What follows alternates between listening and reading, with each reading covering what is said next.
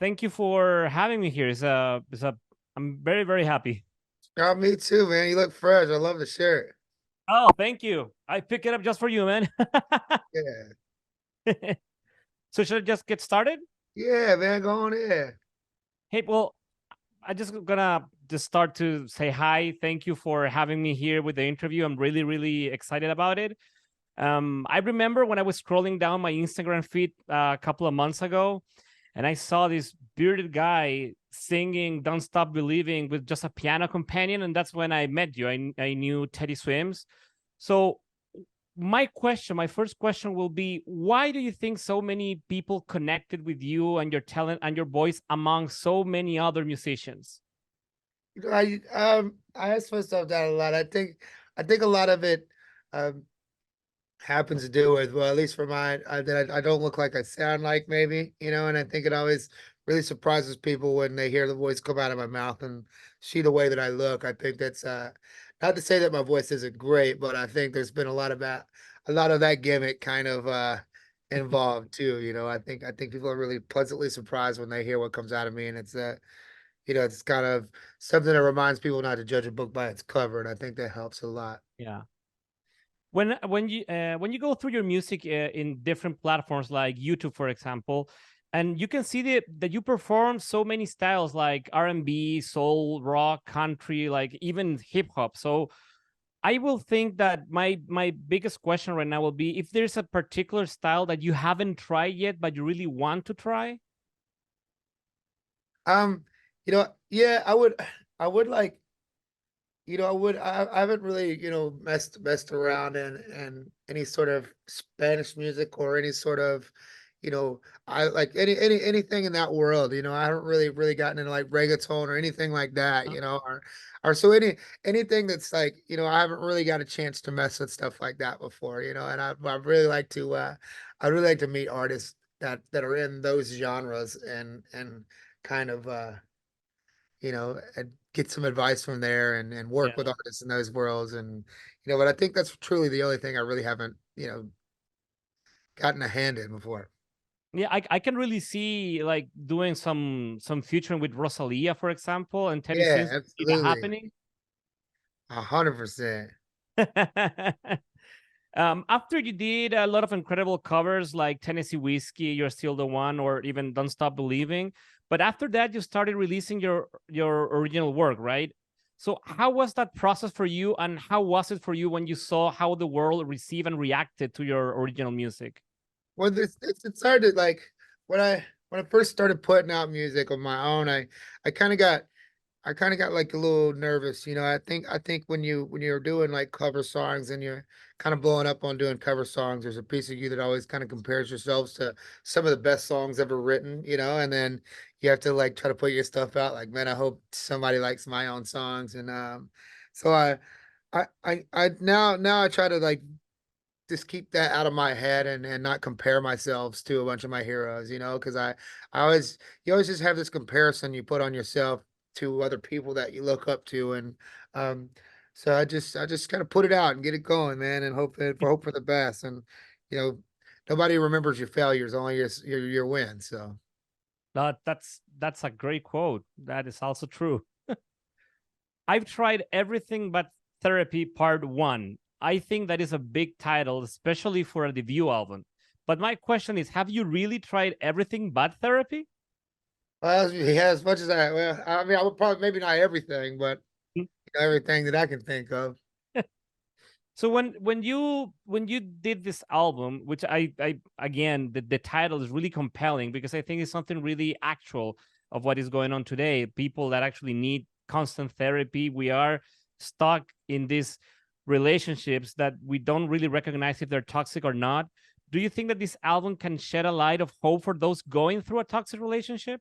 Yeah, and I think it truly has too, because not only is it giving me an opportunity to speak about where I was and get healing in some ways through what I was going through, but it also helps when I know I get to get up on stage and people are seeing it back, and they're not only seeing me and relating with me, but there's some people that are going through the similar things, and I'm very grateful that I've gotten told it by people. You know, you got me through my divorce. You got me through, you know, this death in my life, and so I'm.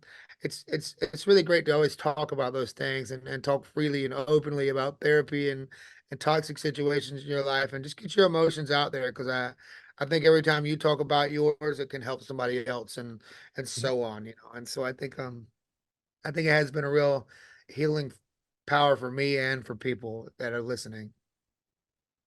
It really draws attention the part that says part one. So do you intend to do this like in 2-3 parts, or it's just the way? I mean, I don't know how to phrase this, but are Yeah, you thinking about a trilogy or something like that? yeah, we're gonna do another part of it. I'm right now. I'm in Asheville currently, and we're buttoning up all the ideas. I don't know exactly on the date on it because you know I'm but I we are getting there. I'm pretty sure we have the songs. Maybe we need a couple more, but Mhm. I'm just kind of for the next couple weeks getting everything buttoned up and trying to get it put together the way it needs to be. So it will be a part two for sure. Well, when I told my audience that I was going to do an interview with you today, and I've been doing. I mean, I work in radio, as you may know, in Los 40, and I've been playing your music as much as I can, and it's unbelievably how people actually connects with you. Like I receive so many messages. Like you have to ask him, is he ever gonna come to Chile or South America? Is that in your plans to come to South America or Chile? Yeah, we're actually coming there next year as a plan. I don't know it's a long way away, but Mhm. we are playing it. We're playing next year. It's always been a dream of mine too. You know, I just can't wait to get on that side of the world over there, you know. Yeah, we have the crowd here in Chile is really, we love music in here. We have tons of shows, and I think Chileans will actually be. I mean, we are all preparing, like our lungs to sing "Lose Control." Um, I was gonna ask you about this. How do you feel about this trend that is going on right now? Right now, people actually singing "Lose Control," which is a beautiful song that it shows your vocal range marvelous. Like, how is it for an artist to see a lot of people trying to put themselves like a challenge to see, can I sing "Lose Control"? I think it's really neat, man, and that's kind of what we wanted out of it, you know, to have a riff like that. And also for me, coming up doing cover songs, it's I feel really grateful and I guess justified when people are covering my song now. You know, it feels like a full circle moment for me, and I'm so appreciative of it. It's truly the greatest feeling in the world. And my last question will be, would you say making this album counted as a sort of a therapy for you as you were dealing with a toxic breakup? You know, I think absolutely, and I think it still certainly is too, because there was a lot of times when I was writing that record that I was kind of still in that situation, and um, I didn't really even know what I was saying to myself. Sometimes your heart, you know, and your subconscious can be telling you something, and you're not even really quite grasping it. And I was numbing myself so much of the time. So it wasn't even truly after until I got out of that relationship, I was going back and listening to the record and was like, oh man, I've been trying to tell myself this for so long, you know, and my heart was telling me to get out. And so it's been therapy for me in more ways, and it still continues to become that. And every time I perform it, you know, I feel like I'm getting a new thing out of it. Mhm. Well, thank you for the time you gave me. And I just to finish up, I really love your music. I love your style. I love how your career is going, and I cannot wait for you to be here in Chile so we can all lose control here in your Hey, in right your on. I show. can't wait to see you, bud. Yeah, thank you. Have a great day. You too. Oh, there's one thing that they asked me to do. I forgot before I get fired. Can you say hello to our audience for Los 40, which is the radio that actually we actually play you in Chile?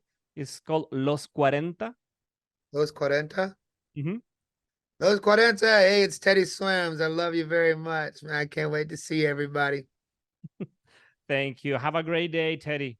You too. Bye bye.